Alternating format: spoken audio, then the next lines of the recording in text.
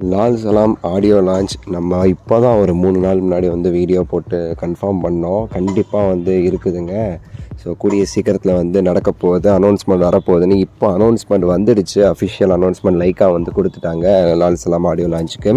So அது முக்கியமான விஷயங்கள் என்னென்னப்பா நம்ம சொன்னது அப்படியே சொல்லியிருக்காங்க. அதான் வந்து ஸோ நம்ம சேனலில் வரதெல்லாம் கிட்டத்தட்ட அது வந்து ட்ரஸ்டட் நியூஸ்ன்னு நான் சொல்லுவேன்ல, அது இப்போ அது புரிஞ்சுக்கோங்க. வெள்ளிக்கிழமை, இந்த வர வெள்ளிக்கிழமை 26ஆம் தேதி வந்து லால் சலாமுடைய ஆடியோ லான்ச் வந்து பண்ணுறாங்க சென்னையில்.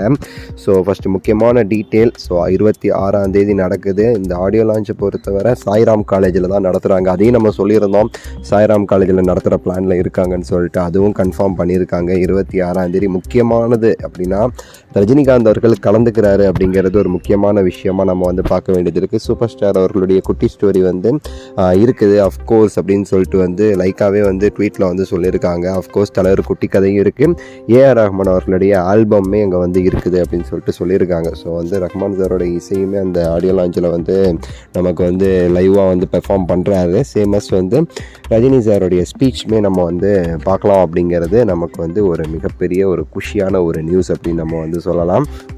ஸோ வெயிட் பண்ணது வந்து இதுக்கு தானே.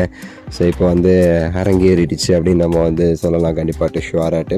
சூப்பர் ஸ்டார் அவர்களுடைய இந்த லால் சலாம் இது பொறுத்தவரை நம்ம முன்னாடி சொன்ன மாதிரி தான். ஸோ ரஜினி சாருக்கு ஒரு பாட்டு இருக்குது, அது வந்து ஒரு ரொம்பவே சரி பேசப்படுற மாதிரி ஒரு பாட்டு, செமையாக வெறித்தனமான ரஹ்மான் சார் அவர்களோட மியூசிக்கோடு சேர்த்து அந்த பாட்டு ஒன்று இருக்குது. அதை வந்து ரிலீஸ் பண்ணுற பிளானில் இருக்காங்க அப்படின்னு நான் சொல்லியிருந்தேன். ஸோ ஒரு வேளை வந்து ஆடியோ லான்ச் தள்ளி போச்சு அப்படின்னா அதை வந்து சீக்கிரமாக ரிலீஸ் பண்ணுவாங்க. இல்லை ஆடியோ லான்ச் பக்கத்துலேயே இருக்குது 26 அந்த மாதிரி இருந்துச்சுன்னா அந்த ஆடியோ லான்ச்சில் அது ரிலீஸ் ஆகும் அப்படிங்கிற மாதிரி சொல்லியிருந்தோம்.